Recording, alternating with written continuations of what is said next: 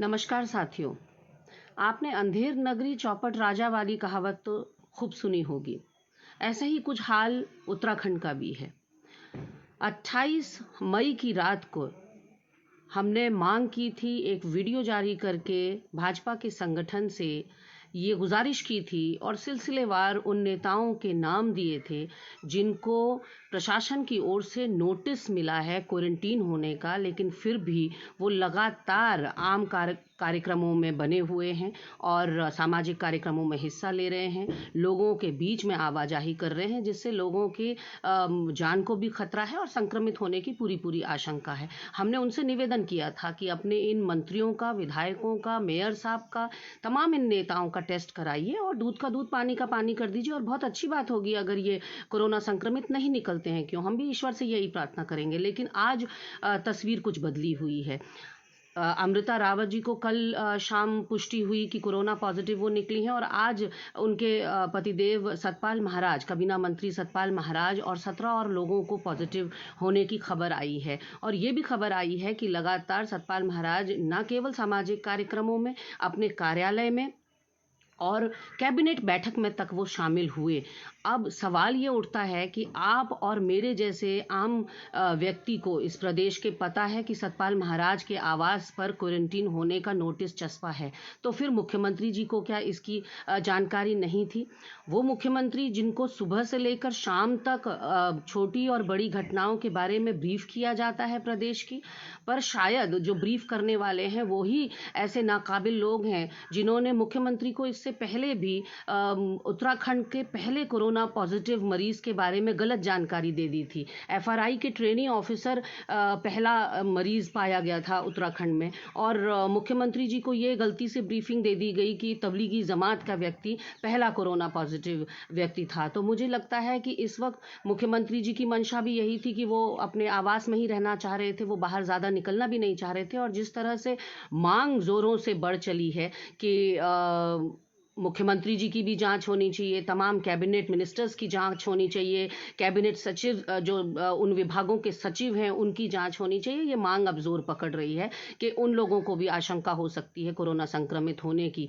ऐसे में लग रहा है कि बिल्ली के भाग से छीका फूटा है और अब शायद बैडमिंटन के लिए और वक्त मिलेगा या आवास में समय गुजारने को और अधिक मिलेगा। एक गंभीर सवाल हमारे पत्रकार भाई गजेंद्र रावत जी ने आज उठाया है। मैं पुनः अपने फेसबुक लाइव पर आप लोगों के समक्ष उस बात को रखना चाहती हूं कि कल मुख्य सचिव उत्पल कुमार जी ने अपनी प्रेस ब्रीफिंग में कहा कि जिन 98,000 लोगों ने ई पास के जरिए संपर्क किया था प्रशासन को, उनको बल्क मैसेज भेजा गया है सरकार की ओर से। शायद ये पूछा गया हो कि आप ट्रेन से आना है या बस से आना है, तमाम तरह की क्वेरीज पूछी गई होंगी, क्वेश्चंस पूछे गए होंगे। तो मात्र 3,000 लोगों ने अब रुचि दिखाई है उत्तराखंड आने में। अब ये 98,000 लोग अगर इंटरेस्टेड नहीं थे उत्तराखंड आने में तो ये ई पास के लिए अप्लाई नहीं करते। आखिर ये कारण क्या है कि 95,000 ने मना कर दिया और केवल 3,000 ने अब मुख्य सचिव जी के जो बल्क मैसेज है उसका जवाब दिया है या उसमें इंटरेस्ट लिया है? ये सोचनीय विषय है और बहुत ही संजीदा विषय है। कहीं ऐसा तो नहीं कि यहाँ की जो क्वारंटीन सेंटर्स की खबरें हैं वो इतनी दूर दूर तक उसका महिमा मंडन हो गया हो, उसकी खबरों से लोग इतने भयभीत हो गए हों कि अब उत्तराखंड आना ना चाह रहे हों। मेरा आरोप भी सीधा सपाट सरकार के ऊपर है कि कहीं ना कहीं आपके लिए ये जो प्रवासी उत्तराखंडी आ रहे थे, आप पहले दिन से इनको बोझ की तरह देख रहे हैं। आपको ये डर सता रहा है कि ये आगे जाकर आपके लिए दिक्कत पैदा कर सकते हैं। ऐसे में कहीं जानबूझकर क्वारंटीन सेंटर्स की ये दुर्दशा तो नहीं की जा रही है। चारों तरफ अगर कोई बात हो रही है तो वो सिर्फ ये बात हो रही है कि उत्तराखंड में क्वारंटीन सेंटर्स की हालत जेल से भी बदतर है। वहाँ पर जो खाना दिया जा रहा है उसमें कीड़े पाए जा रहे हैं, पेंट की बाल्टियों में चाय सर्व की जा रही है, जहरीले सांप बच्ची को डसते हैं तो उसकी भी खबर बहुत दूर तक जाती है।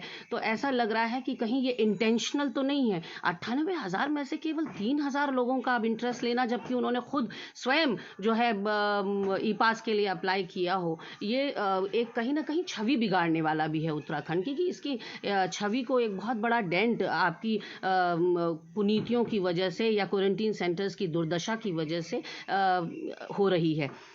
मैं उन तमाम लोगों को जो 6 साल का जश्न कल मना रहे थे, उनसे भी कुछ सवाल करने आई हूँ। जश्न किस बात का मना रहे हैं? पीपीई किट घोटाले का जो हिमाचल प्रदेश में हुआ। प्रदेश अध्यक्ष ने तो बहुत पहले इस्तीफा दे दिया था। आज सुना है मुख्यमंत्री भी बर्खास्त कर दिए गए हैं। क्या गुजरात में जिस तरह से आर्टिफिशियल या नकली वेंटिलेटर्स का घोटाला हुआ, उसका जश्न मना रहे थे आप? कोरोना काल में भी जब आपके लोगों को बख्श नहीं रहे हैं, तो आप जश्न ही मनाते हुए दिखेंगे। 50 से ज़्यादा उन श्रमिकों की मौत हो गई जो 40 ट्रेनें भटक गई। श्रमिक ट्रेनें 40 अपना रास्ता भटक गई। ये आप लोगों को हास्यास्पद भी लगेगा। या आज़ाद भारत में पहली बार ऐसा हुआ है कि ट्रेनें अपना रास्ता भटक गईं और उन ट्रेन में 4 से 5 दिन तक भूखे प्यासे श्रमिक 50 श्रमिक अपनी जान से हाथ गंवा बैठे। उसकी जिम्मेदारी कौन लेगा? क्या पीयूष गोयल जी को उसकी जिम्मेदारी नहीं लेनी चाहिए? साथियों, 5 करोड़ मजदूरों ने पैदल अपने गंतव्य तक रास्ता तय किया है। वो पैदल अपने घर पहुंचे हैं। वो भी सोच रहे होंगे कि जब जब सरकारों को हमारी ज़रूरत पड़ी या पार्टियों को हमारी ज़रूरत पड़ी, तो हमने वोट देकर अपना फ़र्ज़ निभाया, अपनी जिम्मेदारी का निर्वहन किया। लेकिन आज जब उनको ज़रूरत पड़ी तो दूरबीन लेकर भी उनको अपनी सरकारें नदारद नज़र आईं, कहीं दिखाई नहीं दी। और ये 5 करोड़ लोग जो पैदल चलते रहे, इनकी तरफ कोई संवेदनशीलता किसी सरकार ने नहीं दिखाई। लेकिन आप देखते रहिए उन नेशनल चैनल्स को जो कभी गुजरात की बात नहीं करेंगे। आपको मैं चुनौती के साथ कह रही हूँ साथियों, आप टीवी खोलिए, कोई भी राष्ट्रीय चैनल लगाइए, उसमें सिर्फ आपको न्यूज़ कहाँ की मिलेंगी? महाराष्ट्र की, दिल्ली की, पंजाब की, राजस्थान की, जहाँ की भाजपा गैर भाजपा सरकार हैं। क्यों? क्योंकि वहाँ आपको दुर्दशा वहाँ प्रदेशों की दिखाई देगी। लेकिन गुजरात, अहमदाबाद, इन सब की बात कोई चैनल नहीं करेगा, ना नकली वेंटिलेटर्स के घोटाले की जिक्र करेगा।